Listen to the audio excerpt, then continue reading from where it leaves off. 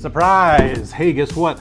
This is the KBO Ranger. This is a compact or light duty electric cargo bike, and I am really excited for this. I've spent a lot of time on some compact light duty electric cargo bikes.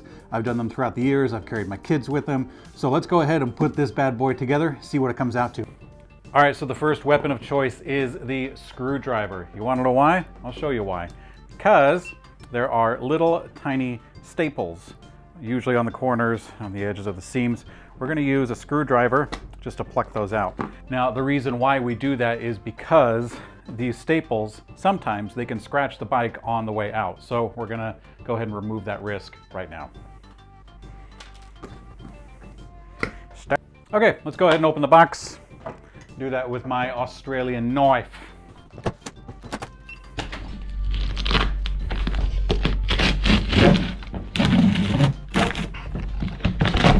Okay, one thing I want to say is that if there's any chance that you're not quite certain about this bike and you think you might want to send it back, or if you're worried that you might need to send it back for service, I would not only advise keeping the box and keeping the packaging, but to also write down with a permanent marker where the pieces of the packaging come from on the bicycle.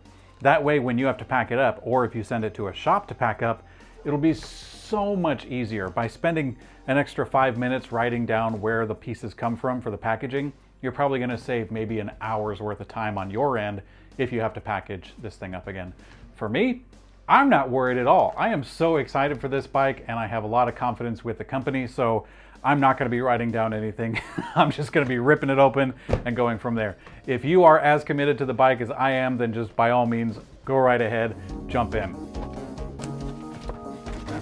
Ooh.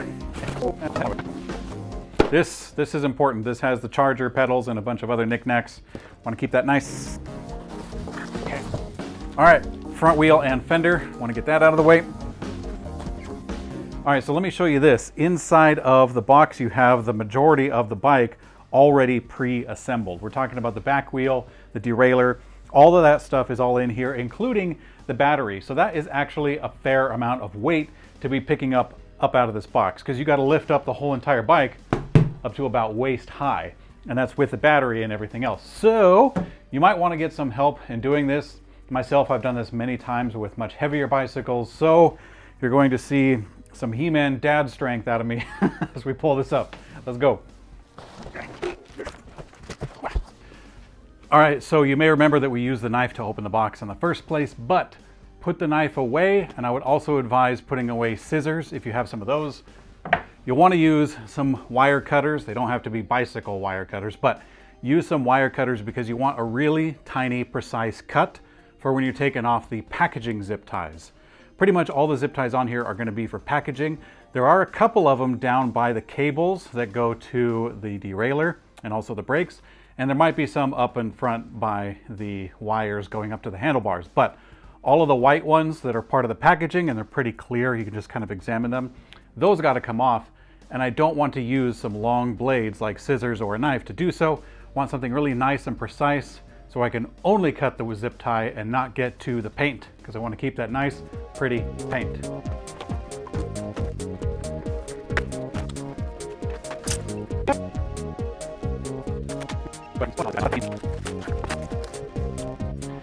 Okay, one more thing while we're here is that you'll use wire cutters to cut off the keys that are on the back of the seat. All right, so a little note on this battery. It's been a while since I've done this particular style. The battery comes out of the bottom of the down tube, and it might seem like it's at risk, but actually it's pretty snug in there.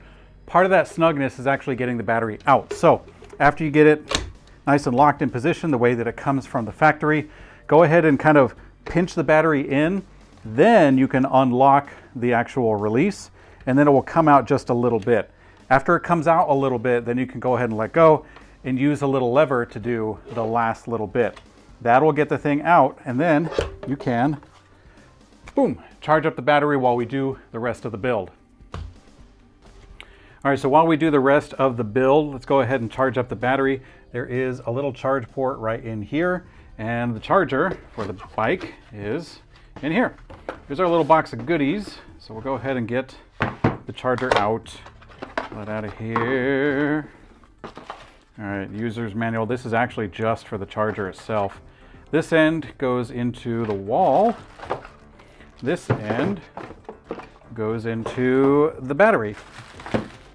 You can actually charge this thing whether it's on the bike or off the bike, but I just so happen to do it here because it's a little easy. I need 2 hands for this. There we go. Try to hold the camera and do this with 2 hands. Okay, plug that into the charger, plug that into a little outlet here. Boom. Okay, now it's charging. It's got a little red thing for charge. You also have a little indicator down here. Looks like this one definitely needs a charge. Also inside your box, boom, you got pedals. We'll get to that. The actual owner's manual, not just for the charger itself. The front light, holy moly, that is a honking front light. Look at that thing, it's huge. Man, I will be able to see everything. Okay. And then lastly, we have our skewer for the front wheel and a multi-tool. What's this? Whoop, whoop, whoop. Okay. Hardware. Probably going to need this for the front light, I'm going to assume. We'll keep that safe. This is a multi-tool, 16-in-1. So this whole thing up here of tools, it's all compacted here. No, I'm kidding. This is like an assembly tool, or also a tool that you would take with you on a ride to do small and simple stuff. And we'll go ahead and use this for the build. Let's get to it. Okay, so with the front wheel, it comes all assembled except for that skewer that we pulled out of the box. The brake, the disc for the brake, by the way, don't touch it with your fingers, just leave it be.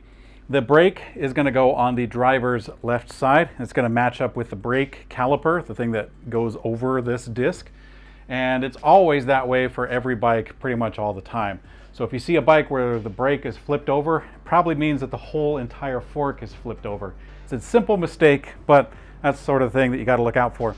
Let's go ahead and open it up. All right, so this thing is put down in the front fork to prevent the fork itself from spearing through the bottom of the box. We're going to take that little guy off using our multi-tool. Pretty neat, huh? So on the multi-tool, it has a lot of Allen keys that you might get from IKEA furniture, but it also has this kind of flat cutout with various sizes. We can actually use one of these to put the pedals on later, but let's go ahead and use one of those to remove these little screws between the front fork.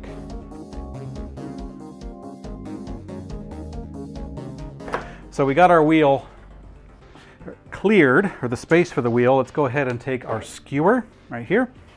We're going to undo 1/2 of the skewer, which includes half of the springs, which is 1. Go ahead and put that through the center of the axle. Just start this guy a little bit to screw on the other end so that it's together in one piece. Now we can take it to the wheel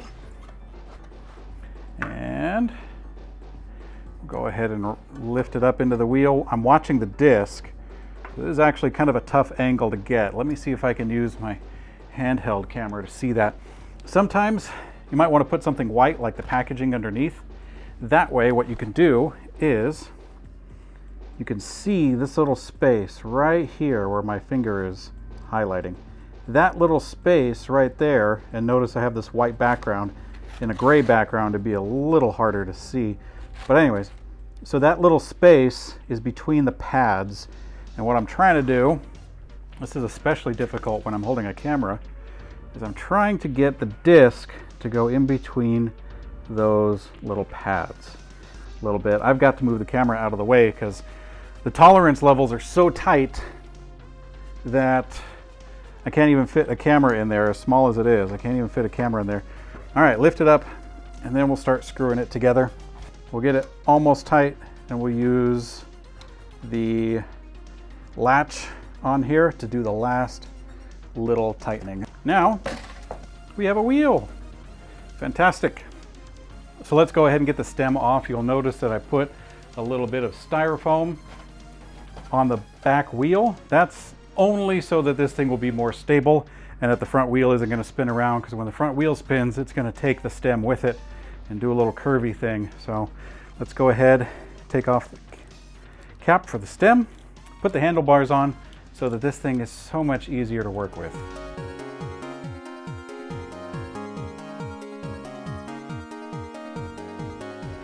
Let's go ahead and get these up here. When you're looking at all the cables up on the bike, these are the cables. They start here in the frame and they come from the brake as well, and they come up to the handlebars. It is super easy to get these things mixed up. I've done it myself and it's kind of embarrassing sometimes, but you'll notice it when you ride the bike. You want the cables to be as free-flowing and to have as much space to work as possible. You'll notice if you twist the handlebars that it doesn't look quite right. The brakes are upside down when you try to put it onto your hands and stuff like that. So if you twist it again, the same direction, it will look correct as far as where your hands go, but the cabling is now twisted up a little bit, and that takes a little bit of space. So we want to have as much free-flowing space as we can from all the cables. We don't want them to get twisted around, and also we need our hands to be in the right spots. So be sure and get the orientation right. It's not a terrible thing if it does happen, but it just means that you won't be able to turn quite as well as you could. And every now and again you get a cable, if it's tight in there, that'll come unplugged. And if that's your display cable, then your bike turns off and you think, what's going on? All I did was make a right turn and suddenly my bike turned off. Well, could be because of that. So let's go ahead and put the cap back on so we can do a little bit more work. Inside the cap here, we got lots of cables to manage. The display cable actually has two pieces. There is a piece going out to the remote switch. I'll go ahead and follow that with my finger here. And then it goes out to that thing for your thumb to control. And also there's a second cable coming out that we will plug in a minute. But you got to get this cap and get it underneath those guys so that it can go right into the back end of the stem. And yep, that's going to be tough for me to do with one hand.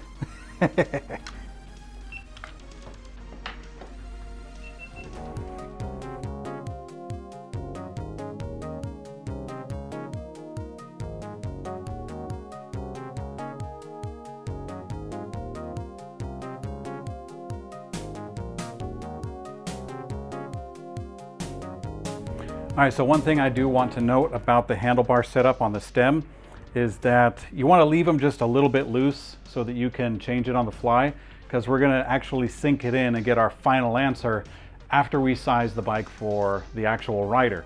So you're going to change this and you're going to change that and you're going to get it a nice, easy fit. So we're going to be doing that a little bit later on.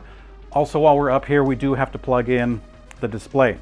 So the display is green to green, and also we have this red one for the light.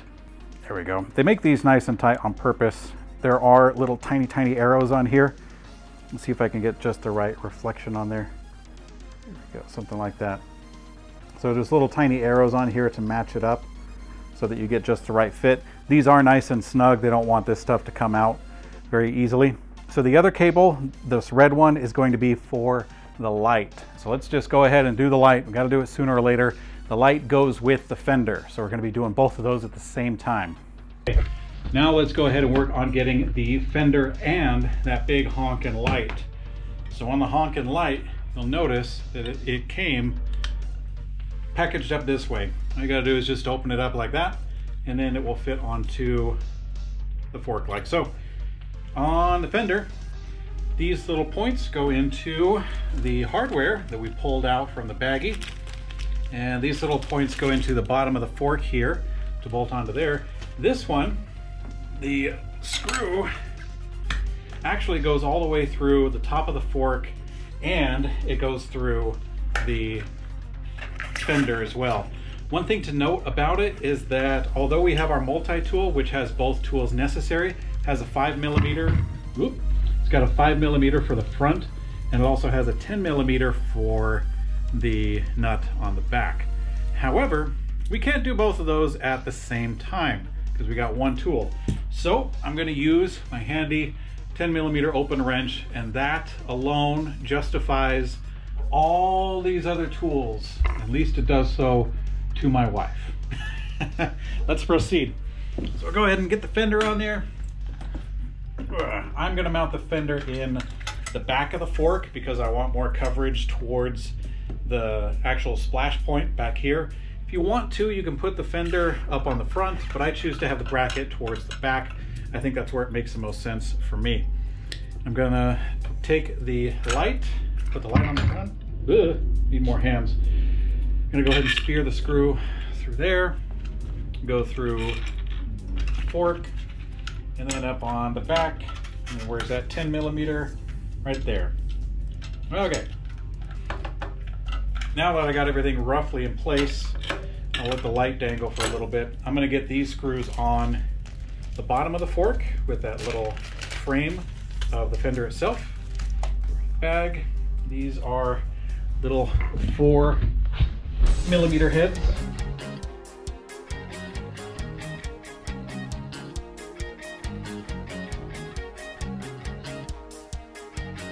Now that we got these points pretty well secure, we can go ahead and tighten down both the back of the top of the fender and also the light.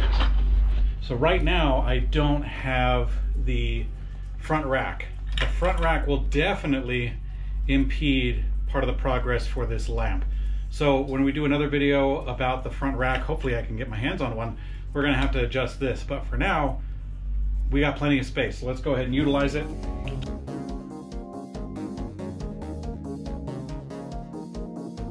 So I notice that when I am turning the wheel, that this hardware for a front rack is almost coming into contact with the back of that lamp. And I can kind of point it down. I'm not really sure the best angle because I'm not outside at nighttime, but if I can find the right angle, I'm guessing it's something like that. Then we got a lot more space to work with right here. It's not really going to get in the way for now. If it did get in the way, I'd probably just take this metal bracket and just manhandle it and pull it down a bit. But as it stands, it's not really a problem. I'm pretty sure that it's going to be somewhere around here. I'm going to go ahead and take our handy multi-tool. I'm going to use the Phillips head to tighten this thing down where I think it should be. And then later on at night, I'll go ahead and do the final adjustment for it. But while we're down here, we'll take this red plug and we'll put it into the red plug here, and then that'll get our light working. All right, while we're down here, we may as well put some pressure into the tires. These need 30 pounds of pressure at maximum. We're just gonna go ahead and fill it up with that because it is a cargo bike and I do plan on carrying heavy loads with this, such as kids or stuff. And we're gonna need the extra pressure for that. So we're gonna go ahead and fill these up to 30 pounds.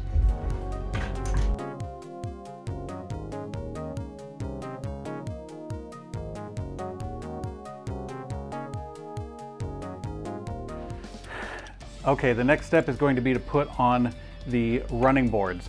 Now, as far as I can tell, the bike includes the running boards for everybody, but it seems to be an added accessory on the KBO website. But either way, I've got them and I'm really glad because they have a really nice wood paneling on them. It's really strong, not only for feet, but also for stuff that you want to strap to it.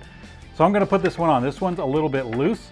I got the other one already attached so that I knew what I was doing when I got to this side, but there's 3 screw points, and these are actually some pretty thick screws that we've got here. 2 of them mount onto the rear rack, and then a 3rd one goes onto the frame of the bicycle itself. So let's go ahead and put these in. These are a 4 millimeter head, so you've got one of those in the multi-tool, but to save myself a little bit of a headache, I'm going to use a Cool Guy bike tool for the process. So we're going to go ahead and get started.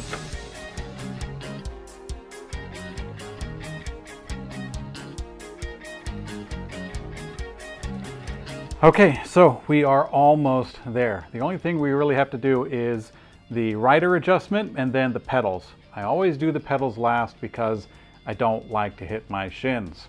So let's start with the height adjustment. The seat is pretty well secured already on there. Undo this lever right here, pull it up or down, and then you tighten it up. So I noticed that the seat is actually kind of tilted a little bit up. And even when the bike is in its normal riding position, somewhere around level like that, it's kind of tilted. So what I'm going to do is I'm going to pull this off, going to adjust the tilt of the seat itself on this post. So let's do that. Bam!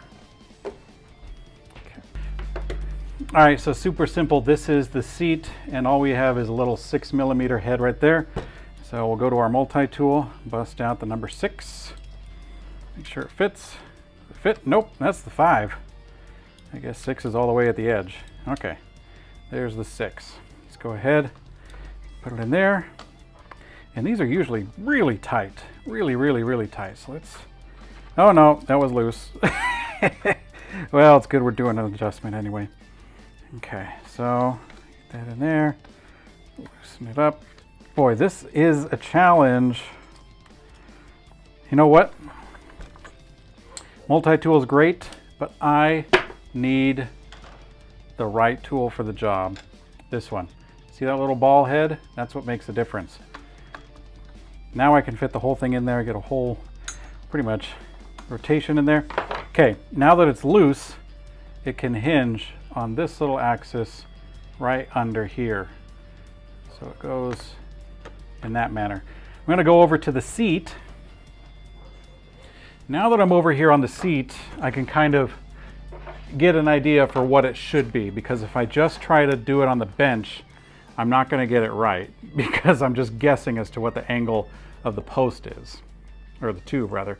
So let's go ahead and get in there, kind of loosen it up just a little bit more so I can get the correct angle, just like that. Okay, now the seat is about level with the ground. That's where I'm going to keep it. I'll go ahead and tighten it down. There we go. You see me tightening it down right there. Get it mostly tight, but these things generally put a lot of torque on them, so I'm going to use the other side of the handle. Going to get a fair amount of torque, and bam, there we go. Okay, now that we have the saddle perfectly level, we're going to go ahead and put it back into the tube. We're going to put it somewhere. We're going to close it. So the next step that we're going to do is we're going to make sure that the height is at the right seat. Wait, the seat is at the right height. So we're going to have the seat at the correct height. How to do that is one of two things. If you want to get it correct, then you want your leg to be almost fully extended when you have your leg all the way at the bottom of the pedal stroke. So right here you can see that the vertical crank arm right here is straight up and down. That's when the pedal is going to be in its lowest position, right around here. You want your leg to be almost fully extended once you get your foot to the bottom of the pedal stroke. That's how you do it in the correct manner when you're going to be cycling or when you're going to do especially a race or something like that. But if you're going to be doing this for throttling around or buzzing around, or if you can't get your leg quite that extended, or if you need this for rehabilitation, you can put the seat wherever you want. This is your electric bike. You know, this is a bike that you're going to use for whatever you want to use it for. If you just want to sit back and throttle, you can do that, and it doesn't matter where the seat is. But if you want to get the maximum range and you want to get the maximum benefits out of actually using this for equipment of bicycling, then you're going to want to put the pedals all the way close to the bottom. So let's go ahead and do a little bit of that. What we're going to do, a little trick, take a pen, stick it into the hole right there, and that's going to pretend to be our little pedal. And then jump onto the saddle of the bike. Now watch where your foot is. Luckily this has a double-sided kickstand so we can do something like this. Is my leg fully extended? I see a bend right here, but it's quite a big bend. So we'll go ahead and heighten up that seat. I got long legs. I've got some pretty long legs. So right around here, my leg is in a much better position. And I'm just going to call it good right here. I could raise up the seat a little more to try to get my leg in a, this is fully extended, that's slightly unextended, right? So we'll go ahead with that. That's my seat height, which is pretty high. When I'm recording this bike, I'm probably going to let it down a little bit just so it doesn't look so goofy. But yeah, since I'm a tall guy, it would be here. You can replicate this with your own height when you get home. But anyways, now that we got this done, let's move up to the handlebars. On your handlebars, you want it to be at a good position. What you are adjusting in this is you're adjusting this position right here, how much of a rotation you get inside of the stem, right in the middle there. So you kind of use your arms to pull this in and out, up and down, trying to get it to the right spot. The right spot is in a place where your fingers can kind of naturally glide over to the brake handles so that you can reach these controls easily. You notice my hands, if the handlebars were gone, my hands are trying to be in a natural position. If, on the other hand, I have them adjusted incorrectly and I have the brakes way up here, and watch what happens when I put it out. My hands are now in a position as if I'm doing a push-up or something like that. So if you want carpal tunnel or something, you want wrist problems, you can keep them up here. But if you want to ride the bike and use it the way it was supposed to be made, try to get your brake handles in a position where you can reach them easily and where your hand is in a more natural position as far as your finger extension and your wrist extension. That's what you want to get. And this will change with the seat height. So if you take the seat and drop it down, then you may want to adjust this to pull them up a little bit because your arms and your shoulder from your starting point of your arms is going to be a little bit lower.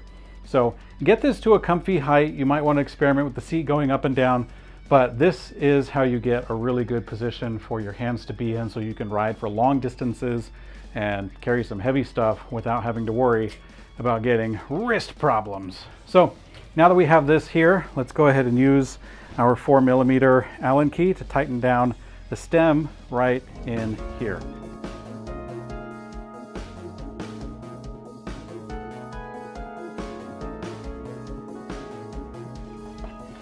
All right, let's go ahead and put the pedals on. Pedals are a piece of cake. Go ahead and pop this guy open. Get the pedals out. So dig this, the pedals have a left and a right depending on what side of the bike you're on.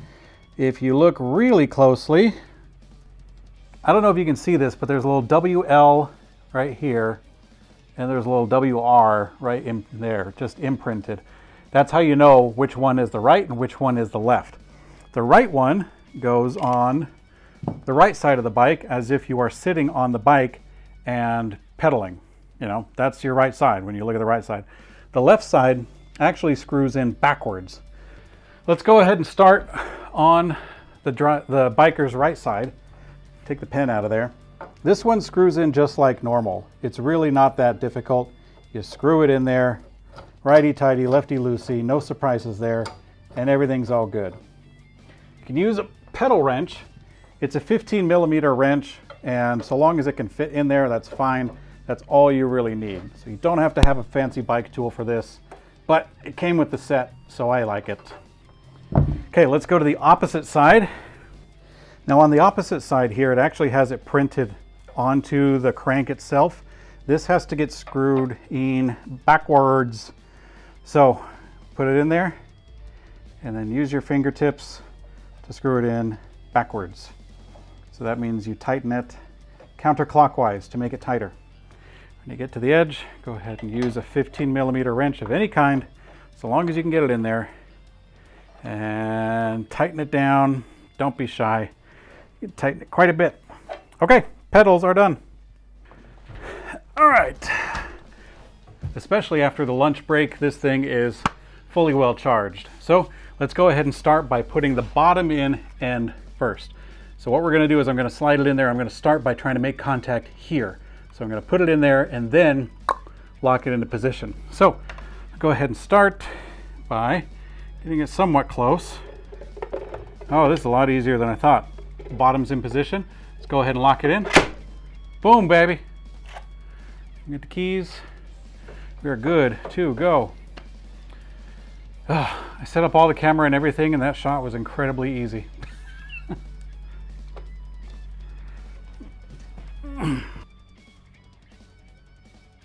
Aha! Success! All right, let's go ahead and tilt it forward. Get the back wheel up.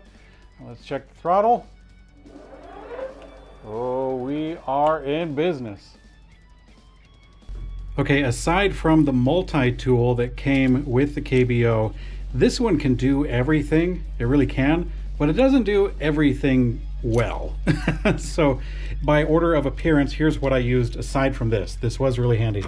I used the flat head to get the staples out. I mean, anything would work. You could use your car keys if you really want to. Knife, of course. Wire cutters. You can get any kind of wire cutters to cut open the zip ties. Then during the build, I used a 10mm wrench so that I could get the back of the fender and the light on. I used a 15mm wrench so that I could get the pedal on there. And I used a 4, 5, and a 6 hex key. These are really nice because they have a handle on them. You don't have to get this particular set, but anything like this that gets you a lot of leverage on there, these are really going to be handy. I used the 6 for the saddle. I used the 5 for the fender and a few other points. And I used the number 4 for the running boards in particular. So these tools, if you've got them, come in handy quite a bit during the build.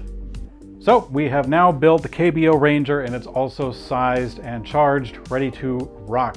I'm actually going to do a full review on this bike, including the kid rails, so stay tuned for that coming up to the channel at some point in the not too distant future. Thanks for watching Blue Monkey Bicycles, and I will see you on the later.